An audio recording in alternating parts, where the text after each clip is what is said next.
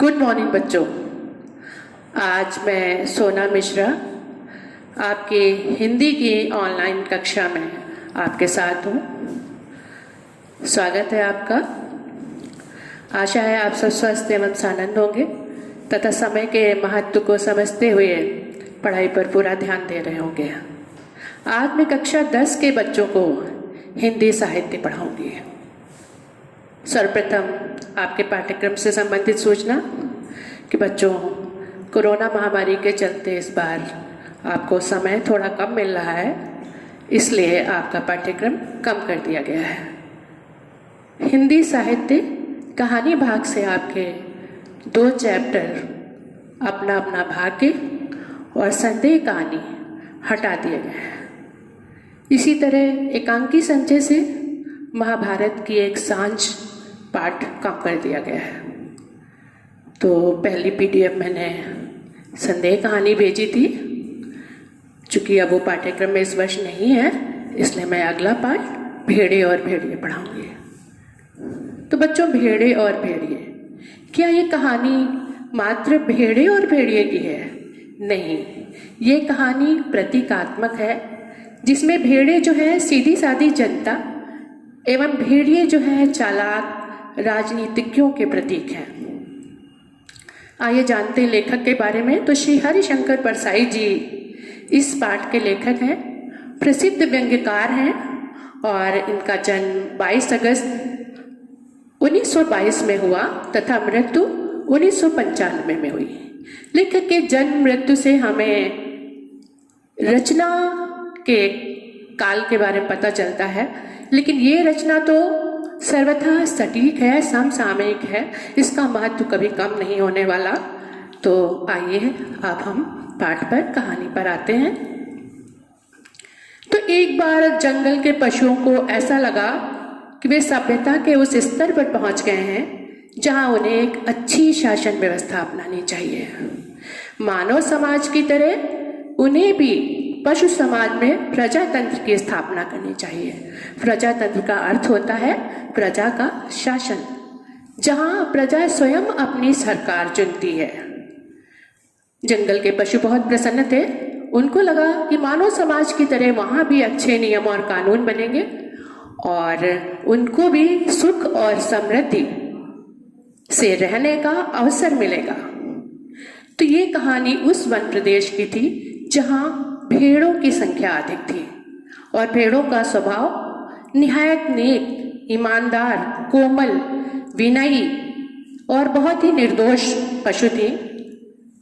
बहुत प्रसन्न थी। सोच रही थी कि अब ऐसा कानून बनाया जाएगा जिसमें कोई जीवधारी किसी दूसरे जीव को न सताए और वहां भी शांति, स्नेह और बंधुत्व का साम्राज्य कायम होगा। लेकिन दूसरी तरफ भेड़िए बहुत परेशान थे।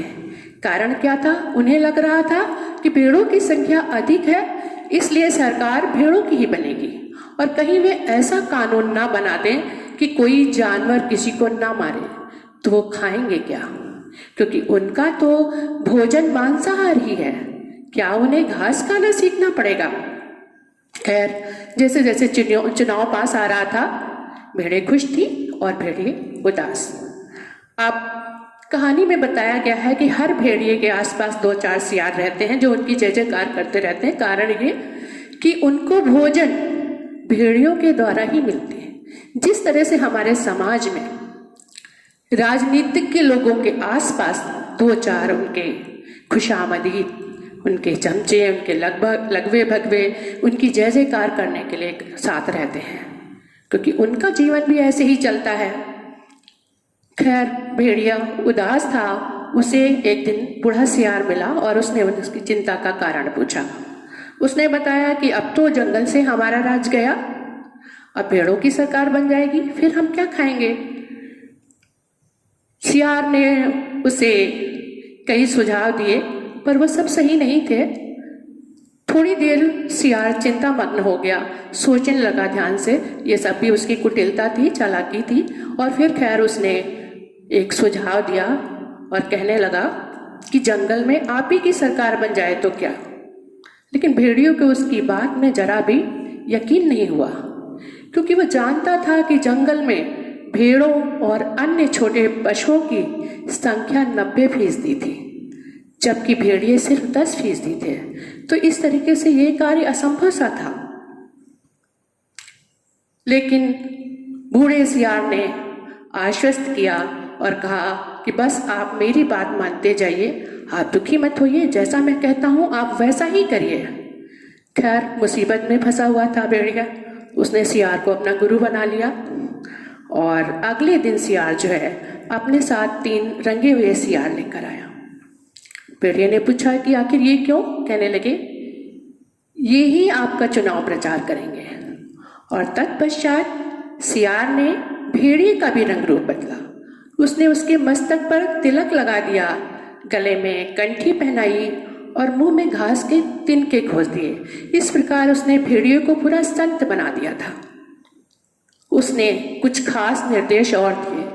3 बातें प्रमुखता से पालन करने के लिए कही और कहा कि हमेशा जो है आंखों को ऊपर नहीं उठाना, हमेशा नीचे ही देखना, और कुछ बोलना नहीं तो सारी पोल खुल जाएगी। और सभा में सुंदर सुंदर कोमल भेड़ें आएंगी, कहीं लालचवश किसी को खा मत जाना, नहीं तो सब किया धरा व्यर्थ हो जाएगा। अब भेड़िए के मन में चिंता थी कि रंगे सियार क्या करेंगे, तो उसने कहा कि सारा प्रचार यही करेंगे। और फिर उसने समझाया कि जो है पीला रंग वाला सियार है वो बहुत विद्वान है, विचारक है, कवि है, लेखक है, और नीले रंग वाला सियार जो है नेता और पत्रकार है।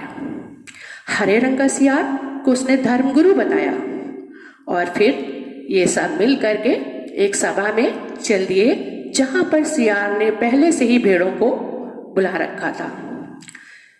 जब भेड़िया सभा में आया तो भेड़ें थोड़ी चिंतित हुई, डरी और डर कर भागने की कोशिश की, लेकिन सियार ने उन्हें आश्वस्त किया कि डरो मत, ये भेड़िया संत हो गए हैं, 7 दिनों से ये लगातार घास खा रहे हैं और दिन रात भगवान के भजन और परोपकार के कार्यों में लगे रहते हैं, किसी का दिल नहीं दुखाते।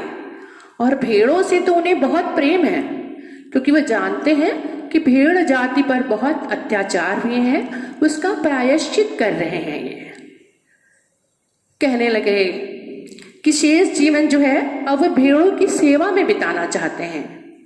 और इसके बाद जो है सियार ने बड़ी चालाकी से, कुटिलता से जो है संत भेड़िया की जय जयकार की।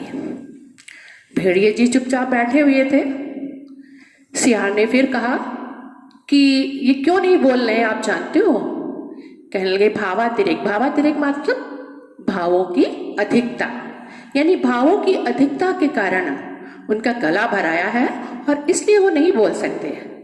और फिर उसने जो है उन 3 प्राणियों यानी रंगे सियारों को दिखाया और कहने लगे ये स्वर्ग के देवता हैं, ये पृथ्वी पर जो है हमें सद उपदेश देने के लिए उतरे हैं। ये पीले रंग वाले विचारक हैं, विद्वान हैं, कवि हैं, लेखक हैं, और नीले वाले जो है स्वर्ग के पत्रकार हैं। और अभी कविराज आपको संगीत सुनाएंगे। और उसने जो है कविराज यानी पीले रंग वाले भेड़िए को गीत सुनाने को कहा। तो सियार था, वो हुआ हुआ की आवाज करने लगा, तो उसके साथ ही बाकी सियार भी बोलने लगे।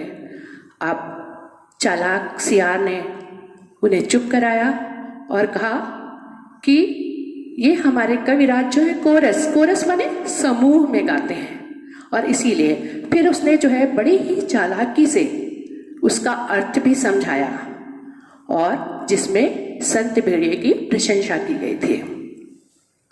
इसके बाद नीले रंग वाले सियार ने बड़ी चालाकी से अपना प्रवचन दिया। कहने लगा कि निर्बलों की रक्षा बलवान ही कर सकते हैं। भेड़ें जो है बहुत ही कोमल हैं, निर्बल है, अपनी रक्षा स्वयं नहीं कर सकती, और भेड़िए बलवान है, इसलिए जो है वे उनकी रक्षा करने में सक्षम है। इसके बाद उसने विश्वास दिलाया कि देखो भेड़ और भेड़िए में ज्यादा अंतर नहीं है, दोनों एक ही जात के हैं, ये तुम्हारे भाई हैं, और इसलिए तुम उन्हें ही अपना नेता चुनो, क्योंकि तुम पंचायत में बोल नहीं पाओगी और तुम्हारा वे साथ देंगे। अब भेड़ें जो थी बड़ी ही सीधी थी और उनकी बातों में आती गई। तीसरा जो हरे रंग वाला धर्मगुरु बना था सियार, उसने बाद में बड़ी कुटिलता से कहा कि जो यहाँ त्याग करेगा वो उस लोक में पाएगा, जो यहाँ दुख भोगेगा वो परलोक में सुख भोगेगा, और जो यहाँ वोट देगा उसे वहां वोट मिलेगा। सीधी सादी भेड़ें उसकी बातों का अर्थ नहीं समझ पाई, और जब चुनाव हुआ तो अंततः उन्होंने भेड़िए को ही अपना नेता चुन लिया। बच्चों, आप जानते हो ऐसा ही हमारे मानव समाज में भी होता है। जब भी चुनाव होता है, नेता लोग इसी तरीके से बड़ी कुटिलता से जो है तमाम तरीके के सब्ज़बाग दिखाते हैं, लोगों को लालच देते हैं और फिर अपनी बातों में फंसा लेते हैं, और भोली भाली जनता उनकी बातों में फंसकर उन्हें ही अपना नेता चुन लेती है। और बाद में क्या होता है, देखिए जो भेड़ों के साथ हुआ, यानी आप भेड़िए ने कानून बना दिया था कि जंगल में कोई पशु किसी को नहीं मारेगा, इसलिए जो है भेड़ियों के लिए सवेरे नाश्ते में भेड़ का एक मुलायम कोमल सा बच्चा स्वयं भेजा जाए, दोपहर के भोजन में पूरी भेड़, तथा शाम को ज्यादा आवश्यकता नहीं रहती है, इसलिए आधी भेड़ जो है उनके भोजन के लिए भेजी है। अब भेड़ों ने अपने पैरों पर स्वतः कुल्हाड़ी मार ली थी, उनके सामने कोई चारा नहीं था बचने का। तो इस तरीके से कहानी समाप्त होती है, और इसका निष्कर्ष यही है कि प्रजातंत्र में झूठे धोखेबाज ढोंगी चालाक राजनेताओं से हमें सजग रहना चाहिए। लेखक ने जो है इसी उद्देश्य के साथ ये कहानी लिखी है कि हमें राजनीतिज्ञों के षड्यंत्रों से सावधान रहना चाहिए। और एक बात और विशेष तौर पर जो जनता को अधिकार मिला है कि हम अपना मत चुनते समय सावधानी बरतें, यानी चुनाव के समय अपने मताधिकार का सही से प्रयोग करें। इतना तो हम आखिर कर ही सकते हैं। धन्यवाद बच्चों।